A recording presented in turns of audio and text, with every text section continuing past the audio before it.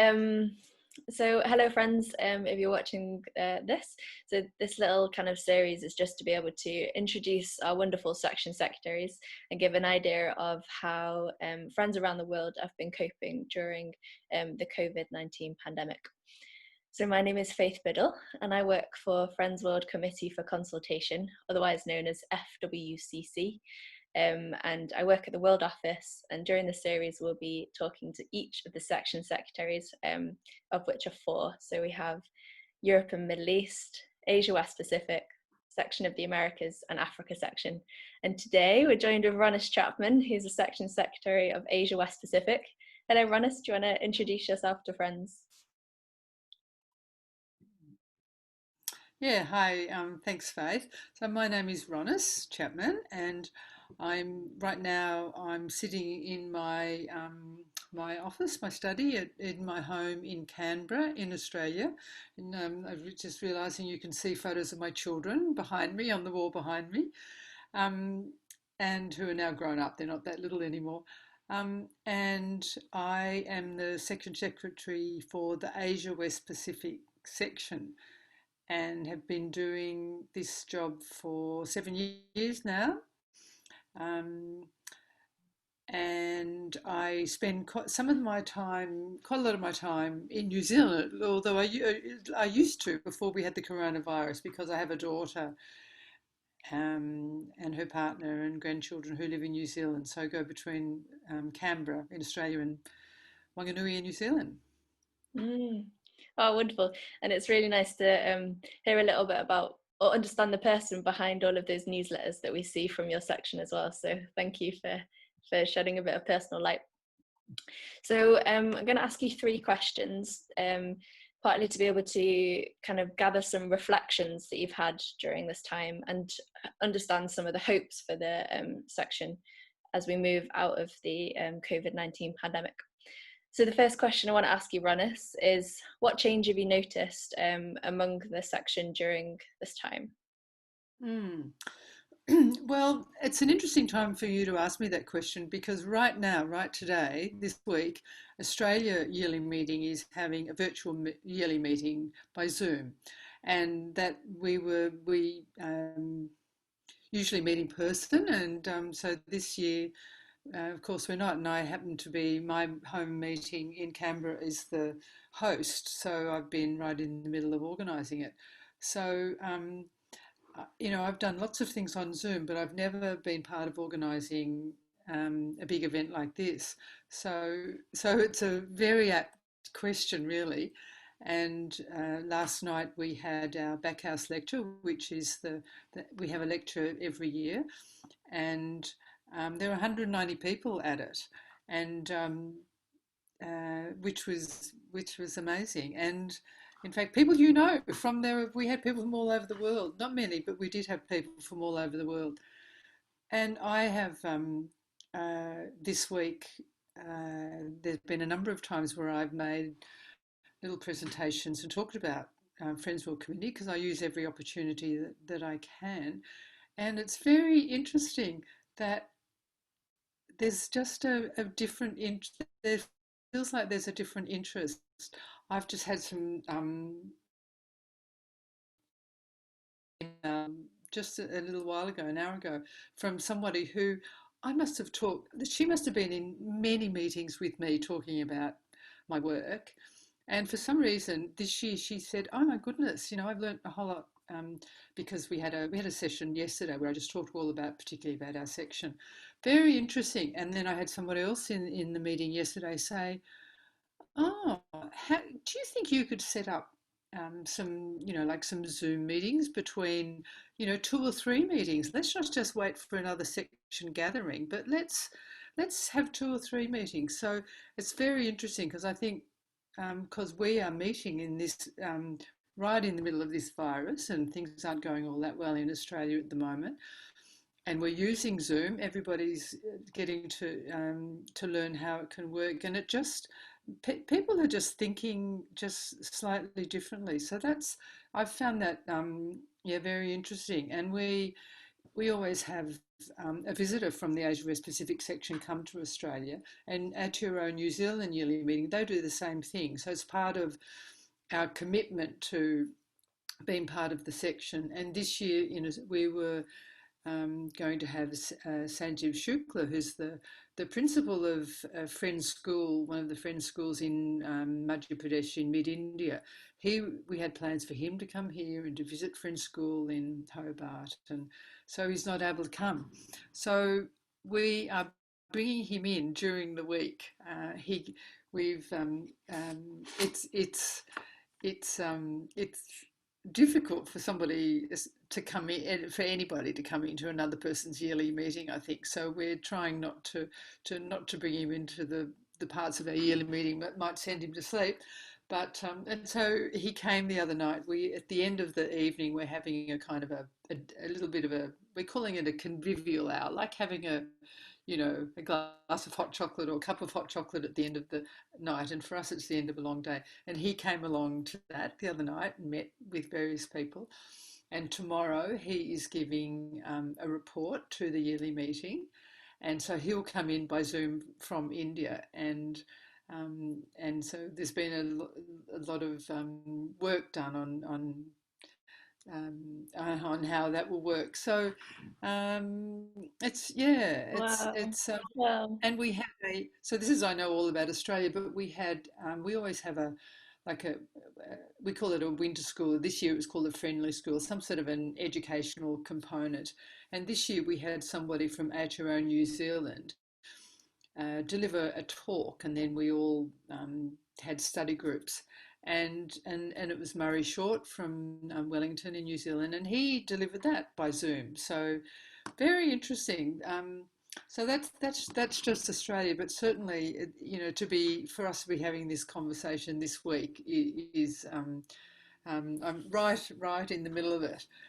Sounds like we got you just at the right time, Ronis, so we could hear all of the rich reflections. It's really and it's really interesting to be able to hear you kind of talk about how you're using Zoom to also facilitate those spaces where you would normally have a cup of tea, or how you welcome friends from other sections where you can't necessarily welcome them in the way that we would do when we're in person. So how we use the technology and you call those convivial spaces. So it's really interesting to hear, and I love that we have caught you at the right time, because I think you're showing all of that passion. And I wonder then if you could talk a little bit more about what particularly has moved you during this time. So your passion does come through.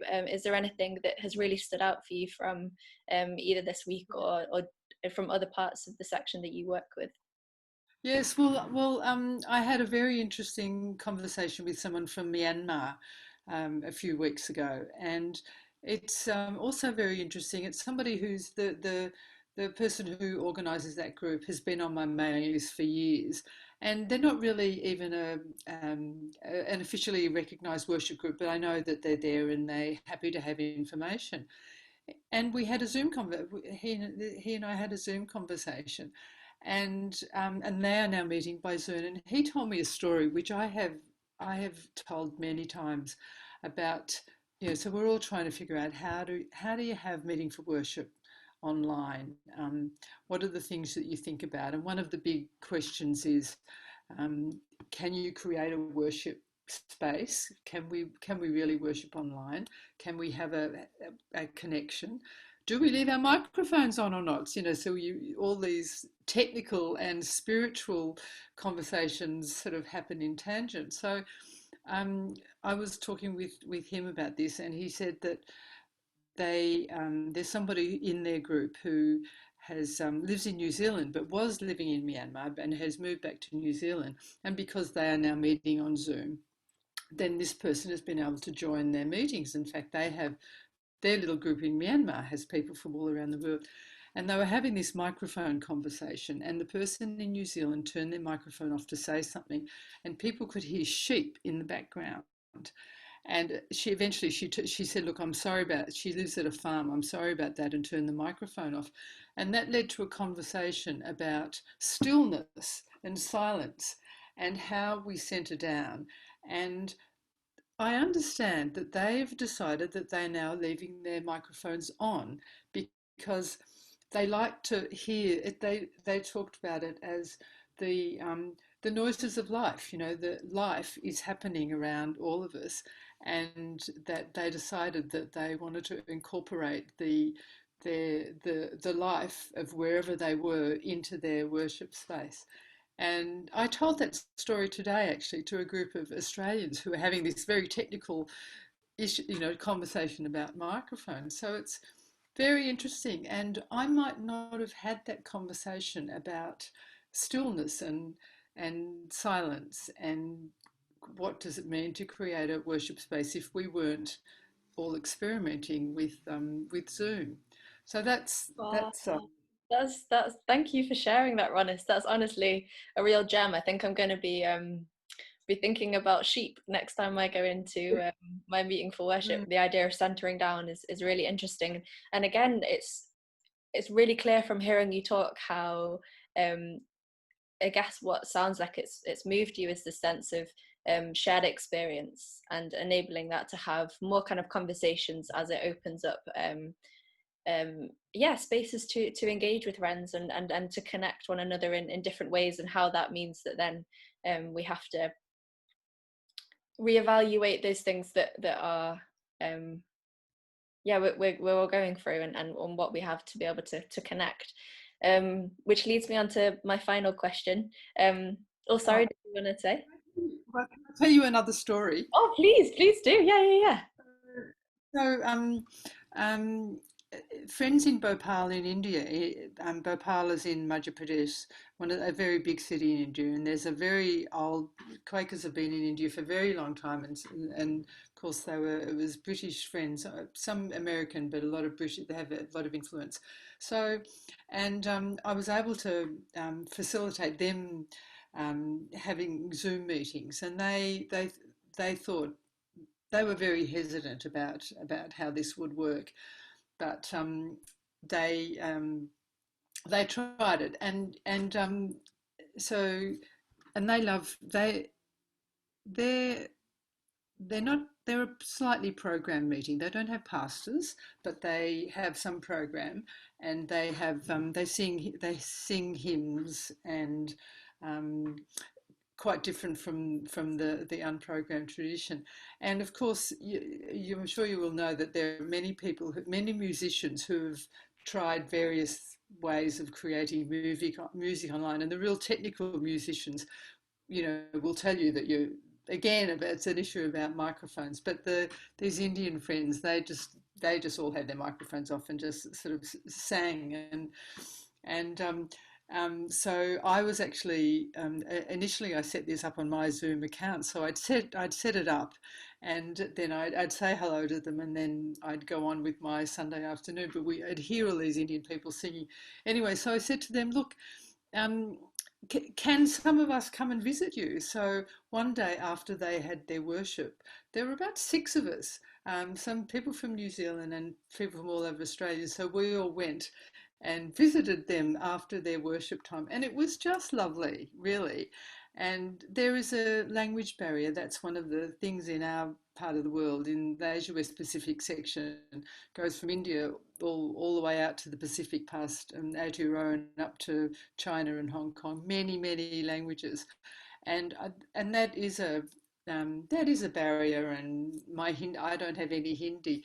Um, but so at another time they might have said, "Oh no, that wouldn't work, and we can't get many people together on Zoom." But there they all were, 30 of them, and so we had about 6 or 7 Australian and New Zealanders, and we had a conversation on this Sunday. It was just lovely, and so yeah. So I guess this is probably where you're leading, but I'm just thinking, well, um, how can we visit each other like that more?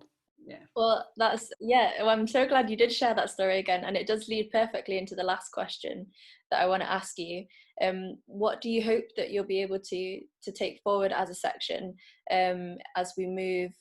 So many countries are coming out of what we call lockdown, where we've had to not be able to gather in person, and that's why a lot of people are gathering online for their worship. Is there hopes there that you have for the Asia West Pacific section?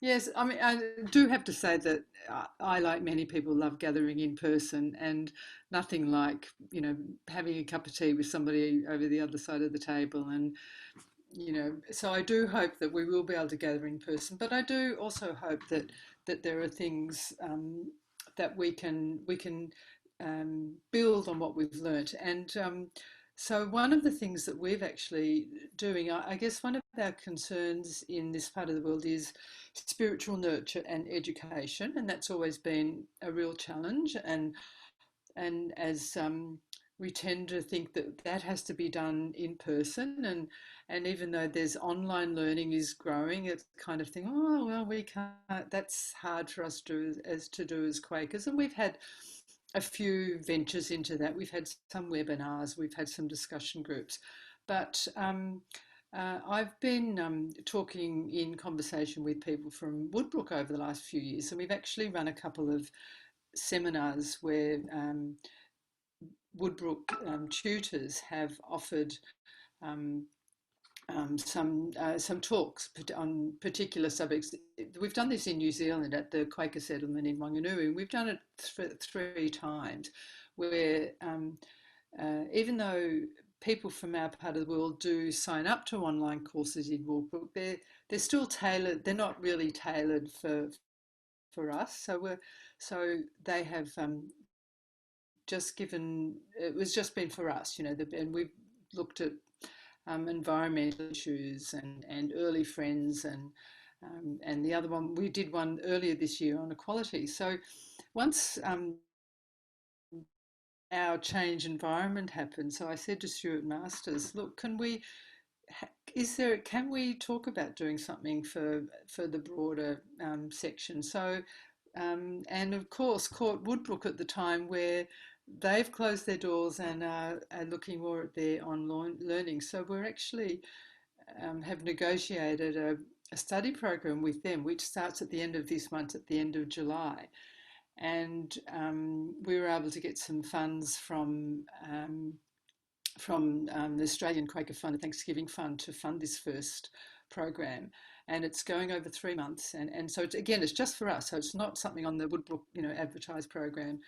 And what I'm really excited is that there are a number of people in India who have signed up, and there are so we have people in Australia, and people in New Zealand, Singapore, India, Myanmar, and Japan, and and we will, some of it will be done individually. There'll be recorded talks that people can look at in their own home, or we're encouraging people to meet in their own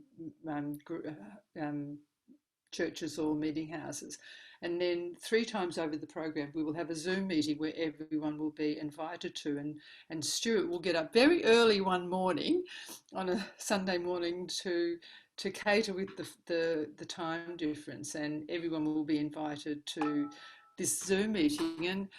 And that's pretty exciting. I think so far we have about 60 people that have signed up for it. And I'm hoping to get a few more. So that is a meeting in a new way, and people. There was a time when we did a lot of travelling around the world to go to places, to seminars, and we don't. That's, the world is different. And there are many places that have people have like lots of knowledge about Quakerism, but they have, Woodbrook is a very special place, and there's a lot of expertise there, and so to be able to open it up to everyone really across our section, and for people to feel like it's for them, and that people who might hesitate otherwise to sign up for a course that's just advertised generally. So that's our big adventure, which is happening at the end of this month, and we're all pretty excited about that. And Wow, that, like, yeah, thank you for I sharing that. hope That's that really a I really hope that that will be. Oh, Yeah. there we go. We're showing that even throughout this, that there are still a few technical difficulties that will incur. So there's a slight delay in our talk there. But Ronis, thank you so much for sharing. And for friends that aren't aware, Woodbrook Quaker Study Centre is based in Birmingham in the UK and offers kind of teaching and Quaker resources. The friends that do want to sign up to your newsletter, and I'll put all of the links in the description below with ways that they can follow and keep updated with you. But thank you, Ronis. It's been wonderful to talk to you. Yeah, yeah, well, it's been good to talk to you. It's nice to, yeah, nice to share with you. Thanks, Faith.